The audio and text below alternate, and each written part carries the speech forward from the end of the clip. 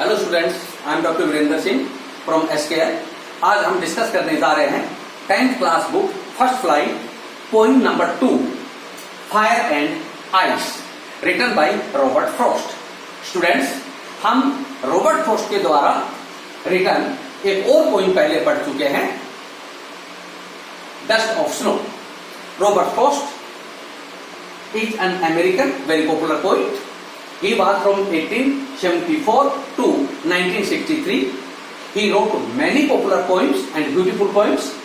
9th class में आपने Robert Frost की एक सुंदर ब्यूटीफुल पोइम पढ़ी, द रोड नॉट टेकन। इसी तरह से इनकी दूसरी भी बहुत सुंदर पोइम्स है, मेंडिंग वॉल है। सेंट्रल आइडिया बहुत सुंदर देती है poem, stopping by woods on a snowy evening. ये जो स्मॉल पोइम है fire and ice, it contains only 9 lines, but it's a very beautiful and thematic point. यहां पोइट आपको एक सुंदर मैसेज देना चाहता है। यह पोइम सिंबॉलिक पोइम है। इसमें पोइट ने जिन वर्ड्स का प्रयोग किया है, फायर एंड आइस, ये सिंबल्स हैं। एक बार मैं आप लोगों को लाइन बाय लाइन पोइम को पढ़ा देता हूं, उसके बाद हम बात करेंगे कि पोइट इनमें किन सिंबल्स का प्रयोग करता है। हम बात करेंगे कि इसके अंदर न्यू वर्ड्स क्या है। हम बात करेंगे कि इसने लिटरेरी डिवाइसेस किन किन का प्रयोग किया है। आइए एक बार हम इसको लाइन बाय लाइन चलते हैं। Some say the world will end in fire, some say in ice. Students, यहां आपको ध्यान देने की जरूरत है कि इन दो पंक्तियों में 2 लाइन्स के अंदर पोइट की ओपिनियन नहीं है, this is the opinion of people. कुछ लोग कहते हैं कि इस दुनिया का अंत आग से आएगा। कुछ लोगों का यह सोचना है कि इस संसार का अंत, इस पृथ्वी का अंत आएगा, और वो किसकी वजह से? आग की वजह से। सम से इन आइस, लेकिन फिर दूसरे प्रकार के लोग हैं, वो ये कहते हैं नहीं, ये तो बर्फ से आएगा, ये तो बर्फ से मरेगा।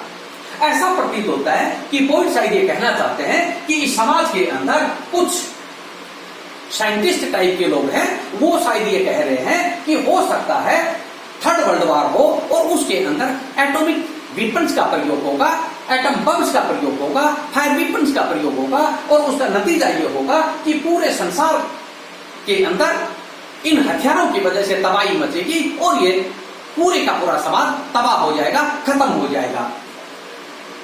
दूसरी तरफ आ रहा है फिर आइस से, तो इसका शायद ये अंदाज लगाया जा रहा है कि हो सकता है ग्लोबल वार्मिंग की वजह से जो बड़े बड़े ग्लेशियर्स हैं या जो आइस का स्टॉक है लाखों लाखों सालों से, वो सब के सब मेल्ट हो जाएंगे और वो सब समुद्र के अंदर आ जाएंगे। उसकी वजह से समुद्र का वाटर लेवल बढ़ जाएगा और ये पूरी की पूरी पृथ्वी, अर्थ पूरी की पूरी समुद्र में समा जाएगी। इस तरह से इसका अंत आ जाएगा।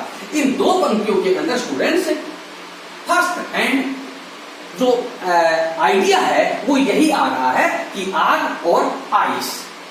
लेकिन पोइट कुछ और बात बताना चाहता है, वो हम बाद में डिस्कस करेंगे। एक बार मैं आप लोगों को एक सिंपल तरीके से इसको समझा देता हूं। तो ये बात तय हुई कि कुछ लोग इस ओपिनियन के हैं, जो शायद साइंटिस्ट टाइप के लोग हैं, वो ये कहते हैं कि इस दुनिया का अंत आग से होगा।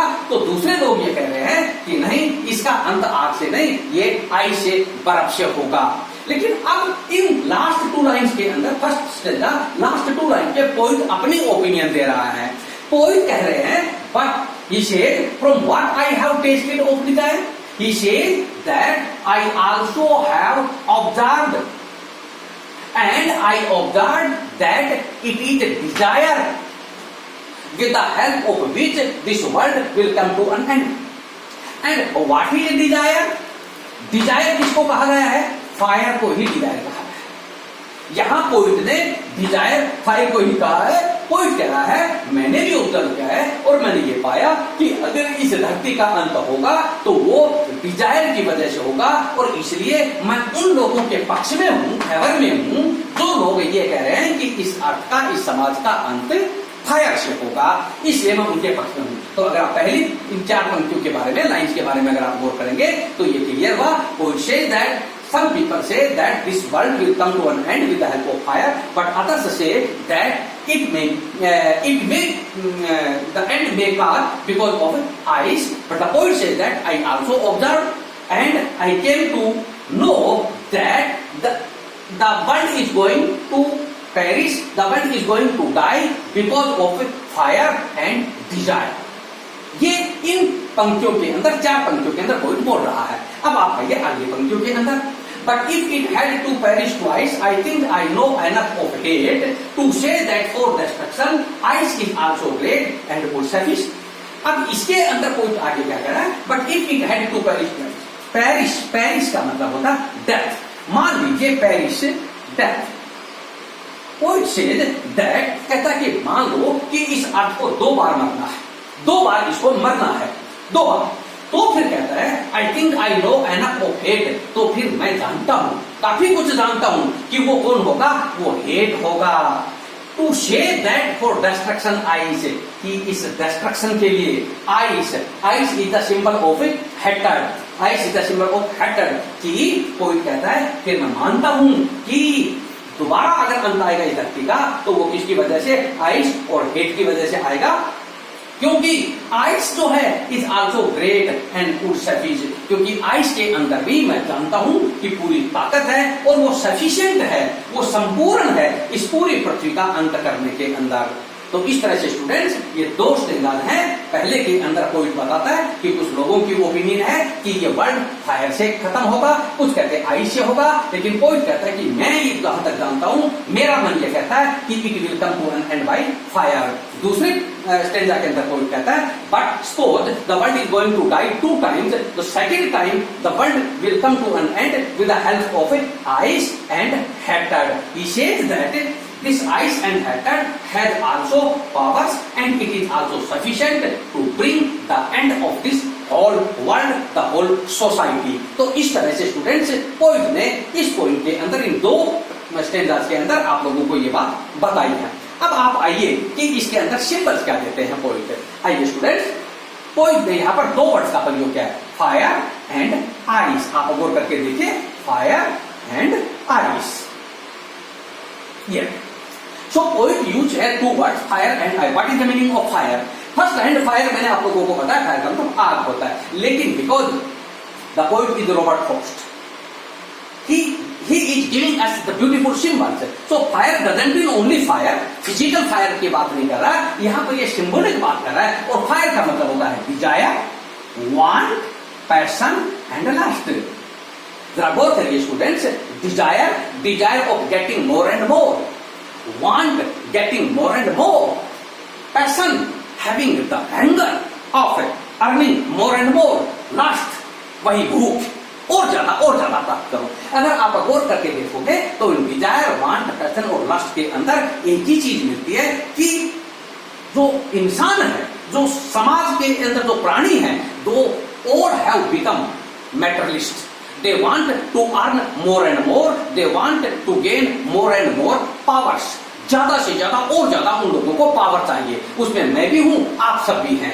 आज 2 चीज हमारे पास है, हम उससे संतुष्ट नहीं है. We want to earn more and more. हम और ज्यादा उससे आगे प्राप्त करना चाहते हैं. अगर आप गौर करके देखेंगे, आप इसका बेस्ट एग्जाम्पल अगर आप लेते हैं तो लीजिए महाभारत से. महाभारत क्यों हुआ? क्योंकि वहां पर डिजायर थी, दुर्योधन की एक डिजायर थी, दुर्योधन की एक वांट थी, दुर्योधन का पैशन और लक्ष्य था कि वो अपने साम्राज्य को बांटना नहीं चाहता था. वो चाहता था कि पूरे साम्राज्य पर मेरा अधिकार हो. और उसकी उस डिमांड के पीछे, उसकी उस डिजायर के पीछे एक बहुत बड़ा महाभारत का युद्ध हुआ, जिसमें लाखों लाखों लोग मारे गए. दूसरा एग्जाम्पल लीजिए आप, सेकंड वर्ल्ड वॉर का ले लीजिए. हिटलर की इच्छा थी, उसकी डिजायर थी कि वो पूरे संसार के ऊपर शासन करे. वो चाहता था पूरे वर्ल्ड के ऊपर रूल करना. और उसका नतीजा ये हुआ कि he provided the second world war the world. पूरी दुनिया के अंदर लाखों और करोड़ों व्यक्ति मारे गए. अगर आप और एग्जाम्पल लो तो आप रामायण का ले सकते हैं. रावण अपने आप के अंदर बहुत बड़ा योद्धा था, विद्वान व्यक्ति था, लेकिन उसके अंदर लस्ट थी. वो सीता को अपनी पत्नी बनाना चाहता था और उस लस्ट के पीछे उसने जबरदस्ती युद्ध की घोषणा की और लाखों लाखों लोग मारे गए. जिस प्रकार से मैंने आप लोगों को ये 3 एग्जाम्पल्स दिए हैं, पोइट आपको ये बताना चाहता है उसी प्रकार से आज भी इंसान कुछ और ज्यादा प्राप्त करने के लिए राजा एक देश से दूसरे देश को हड़पने के लिए प्रयास कर रहे हैं, और इसका नतीजा ये होगा कि एक दिन सब के सब इसी तरह से एक दूसरे के दुश्मन बनेंगे और एक दूसरे को मारेंगे, और पृथ्वी का अंत अपने आप हो जाएगा, संसार का अंत अपने आप हो जाएगा।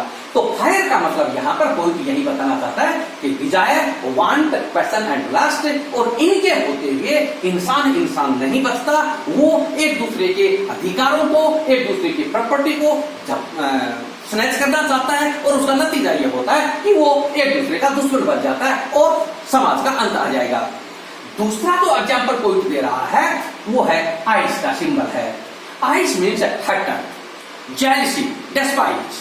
स्टूडेंट्स, जहां हेक्टर होती है वहां पर हार्ट नहीं होता। हेक्टर और हार्ट दोनों अलग अलग है।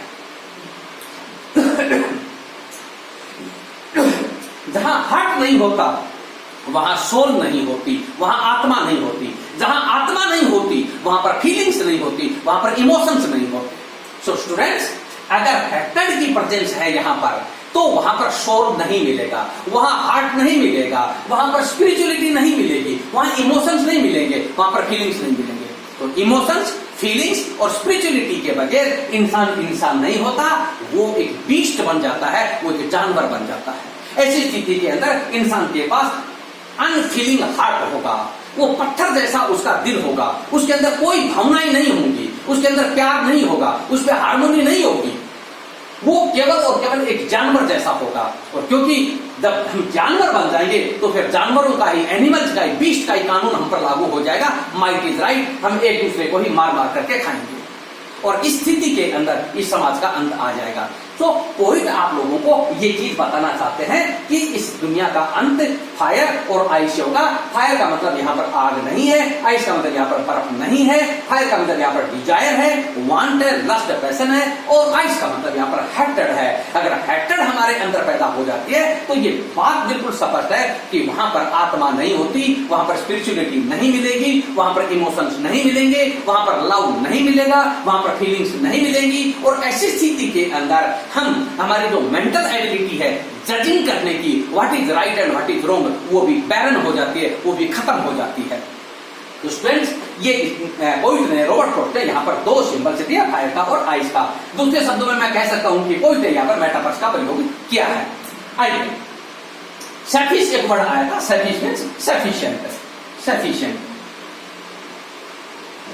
अब आप आइए, अब हम बात करते हैं लिटरेरी टर्म्स की। स्टूडेंट्स, मैंने आप लोगों को शुरू में बताया कि this fire and ice point एक सिंबॉलिक पॉइंट है, और सिंबॉलिक पॉइंट के अंदर पोइट ने यहाँ पर लिटरेरी डिवाइसेस का प्रयोग कर रखा है। तो सबसे पहले हम बात करते हैं, हमारे पास लिटरेरी डिवाइस है, एक ऐसी डिवाइस है जिसको आप अपनी पहली पोइम में भी पढ़ चुके हैं, डस्ट ऑफ स्नो के अंदर भी आपने पढ़ा था, मैंने आप लोगों को पढ़ाया था, वो था अंजाममेंट।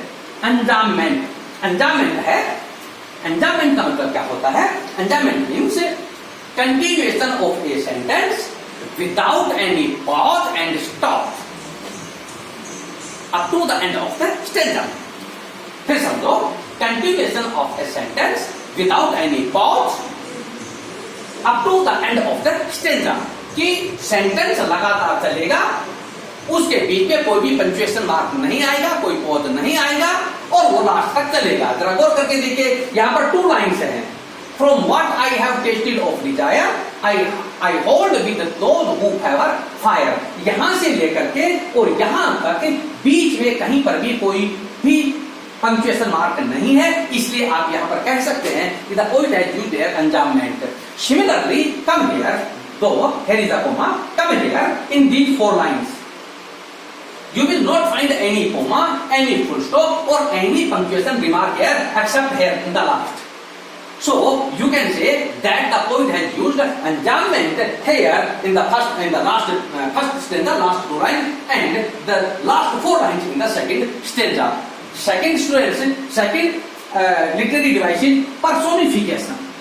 This is the new term for you. Personification means मानवीकरण होता है। मानवीकरण का मतलब क्या होता है स्टूडेंट्स? जब हम किसी डेड थिंग को इंसानों की तरह से, ह्यूमन बीइंग की तरह से ट्रीट करेंगे तो उसको मानवीकरण कहते हैं। सपोज कीजिए मेरे पास ये पेन है, अगर मैं इस पेन को इंसान की तरह से, ह्यूमन बीइंग की तरह से ट्रीट करता हूं, इसके साथ बातें करता हूं, तो आप इसका पर्सोनिफिकेशन कहेंगे। यहां आप गौर करके देखिए, पोइट ने यहां पर फायर और आइस, इन दोनों को, हालांकि both are dead things, yet the poet has personified them, इनका मानवीकरण किया उन्होंने और ह्यूमन बीइंग की तरह से इनके साथ बातें की है, इसलिए आप इनको कह सकते हैं कि poet has personified air, fire and ice, so it is personification. The next is alliteration. Alliteration means repetition of the same sound in a sentence. Repetition of the same sound in a sentence. एक ही आवाज का एक ही sentence पे बार बार आना, उसको आप alliteration कहेंगे। हमने पिछली पोएम में भी पढ़ा था इसको। एग्जाम्पल मैंने आप लोगों को दिया था, twinkle twinkle little star how I wonder what you are. So twinkle twinkle, यहाँ पर बार बार ट्विंकल आ रहा है, आप इसको कहेंगे कि एलिट्रेशन ऑफ ट्विंकल। इसी तरह से हिंदी सॉन्ग्स में आपने सुना होगा, तू तक तूतिया। जरा गौर कीजिए, यहाँ पर एक साउंड आ रही है बार बार, तू तक। So here is alliteration of तू तक। यहां पर भी इस पोइम के अंदर भी पोइट ने इसी तरह का एलिट्रेशन का प्रयोग किया है। आप अगर गौर करेंगे तो देखिए, फर्स्ट लाइन के अंदर देखिए, सम शे। The first sound of sum is she. So we can say that there is alliteration of sound she. There is alliteration of sound she. Similarly, in the second line also there is sound of she, alliteration sound of she. इस तरह से हम कह सकते हैं कि the poet has used here alliteration of sound she. तीसरा, fourth, चौथा, एक और लिटरेरी डिवाइस है यहाँ पर, and that is anaphora. Anaphora, ANAPHORA, anaphora. Anaphora क्या होता है स्टूडेंट्स? एनाफोरा का मतलब होता है repetition of the same words in two continue lines. Repetition of same words and sounds into two continue lines. अब जरा गौर करके देखिए, आइए एनाफोरा बताते हैं। यहाँ पर पहली लाइन में आइए आप, बिगिनिंग के अंदर सम शे। सेकेंड लाइन में आइए, सम शे। दो साउंड्स हैं पहली लाइन के अंदर, the same both the sounds are into the second line. So इसको कहते हैं एनाफोरा। जब दो एक ही जैसी साउंड्स दो लाइनों के अंदर लगातार आ जाए तो उनको आप एनाफोरा कहेंगे। इस तरह से हम कह सकते हैं कि यहां पर कोई एनाफोरा का प्रयोग कर रखा है। नेक्स्ट है स्टूडेंट्स, एसोनेंस। एसोनेंस आपको पहले भी बताया जा चुका है कि व्हाट इज एसोनेंस। एसोनेंस का मतलब होता है repetition of the vowel sounds in a sentence. Repetition of vowel sound in a sentence. आइए मैं दिखाता हूं आप लोगों को। आप यहां पर आइए इस सेंटेंस के अंदर, I hold o sound, do o vowel, who o vowel, however o vowel. तो अगर आप गौर करके देखेंगे यहाँ पे, तो आप गौर कीजिए, यहाँ पर ओ है, यहाँ पर ओ वोवल है, यहाँ ओ वोवल है, यहाँ पर ओ वोवल है। इस तरह से हम कहेंगे कि यहाँ पर in this line the poet has used assonance of vowel O. यहाँ पर ओ वोवल का एसोनेंस है। इसी तरह से अगर आप गौर करके देखें तो एक और भी है यहाँ पर, आप उसको भी ले सकते हैं। आप अगर गौर करेंगे तो यहाँ आइए, यही आ जाइए, आई एंड आई। तो यहां आप कह सकते हैं कि here is the assonance of I sound also। यहां पर आपके दो वोवल परमानेंट है, O एंड I। और भी है इसके अंदर, आप चाहोगे तो और भी निकल करके आ जाएंगे अगर आप थोड़ा सा गौर करोगे तो एसोनेंस मैंने आप लोगों को बताया कि जहां पर वोवल साउंड का रिपीटेशन होगा उसको आप एसोनेंस कहेंगे। और the last is consonance. Consonance क्योंकि ये वोवल्स का है तो ये कॉन्सोनेंस का हो जाएगा। जहां पर रिपीटेशन ऑफ कॉन्सोनेंट साउंड होगी उसको आप कॉन्सोनेंट्स कहेंगे। Repetition of consonant sound is known as consonants. जरा आइए हम देखते हैं कहां पर है, जरा गौर करो students. I hold with those who favour fire. जरा गौर करो बेटा, here with the sound, those the sound. यहां आप गौर करेंगे the, so this is the sound, repetition of the sound. हम ये कहेंगे कि here the poet also use consonants when he use here sound they continuously। इस तरह से हमने इसके अंदर देखा कि there is endowment, there is personification, there is alliteration, there is anaphora, there is assonance and there is consonant. एक चीज हम इसके अंदर छोड़ रहे हैं अभी भी, और वो क्या है? Rhyme scheme. राइम स्कीम, आइए हमारी राइम स्कीम क्या होगी? राइम स्कीम, राइम स्कीम के अंदर स्टूडेंट्स, जैसा कि आपने पहले भी देखा कि हम जो एंडिंग साउंड्स होती है उनको इंडिकेट करते हैं ABCD से। तो आइए यहां पर फायर आया है, फायर को हम ए से इंडिकेट करेंगे। अब फायर से संबंधित ऐसी जितनी भी साउंड्स आएंगी उन सबको हम ए से पुकारेंगे। अगला साउंड आया है आइस। आइस और फायर आपस में नहीं मिलते हैं, इसलिए आप इसको क्या बोल देंगे? B sound. आइए अब जहां कहीं पर भी आइस जैसे कोई साउंड आएगी we will call it B. The next is desire. जरा गौर कीजिए, डिजायर, फायर, हम इसको ए से इंडिकेट करेंगे। उसके बाद फिर फायर आ रहे हैं, fire, desire and fire, again there is a. Again next pair is, twice, twice ice, और आइस को हमने क्या पुकारा? बी, तो ये हो जाएगा बी। नेक्स्ट हेट, हेट कहीं पर भी साउंड नहीं आई है ऊपर, इसलिए आप इसको अपनी तरफ से नेक्स्ट इंडिकेशन लेटर देंगे सी। आपने इसको दिया सी। अब आप आइए आइस। आइस हमारा पहले आ चुका है, ट्वाइस और आइस, इसको हमने बी से इंडिकेट कर रखा है। ग्रेट एंड हेट ये आ गया सी, सेफिश एंड आइस ये आ गया बी। सो अब स्टूडेंट्स आप लोगों की राइम स्कीम बच गई। ये 9 लाइन्स है, उनके अंदर ए बी सी बी। अगर आप लिखेंगे तो आप 3 लाइन्स के अंदर लेंगे। आप कहेंगे A next A B C, next B C B. This is the rhyme scheme of this poem. ये A B C B।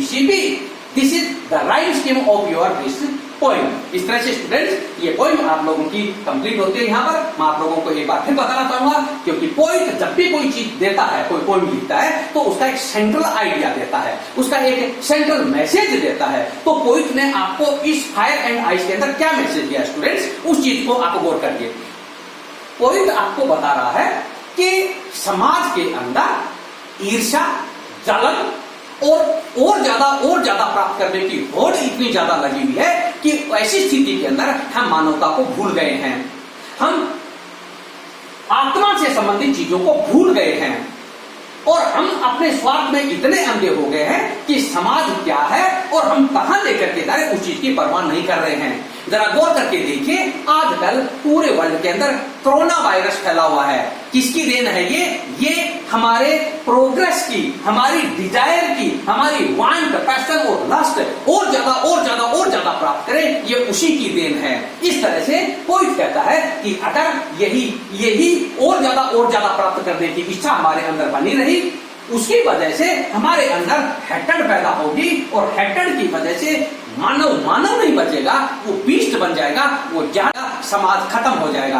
Poet आपको मैसेज देना चाहता है डियर स्टूडेंट्स कि आप लिमिटेड बनिए, अपनी इच्छाओं पर कंट्रोल करिए। आप इंसान हैं, गॉड ने आपको सबसे ब्यूटीफुल क्रिएचर बनाया इंसान, आप इंसान ही बनिए। आप हेट्रेड को पैदा मत होने दीजिए, आप इस पर कंट्रोल कीजिए। आपके अंदर आत्मा गॉड ने दी है, आप उस आत्मा को बनाए रखिए। आप इंसान हैं, इंसान ही बनिए। आप हेट्रेड की जगह आप हार्मोनी का प्रयोग कीजिए, समाज के अंदर हार्मोनी पैदा कीजिए, एक दूसरे से प्यार पैदा कीजिए, तभी शायद हम बहुत खुशी इस दुनिया में रह पाएंगे। और पोएट का यही मैसेज है तो मैं आप लोगों को दे रहा हूं। मैं सोचता हूं कि ये पोएम आप लोगों की कंप्लीट हुई है, आप लोग इसमें बहुत कुछ सीखे होंगे। आज के लिए बस इतना ही। That's okay. Have a good time students. और इस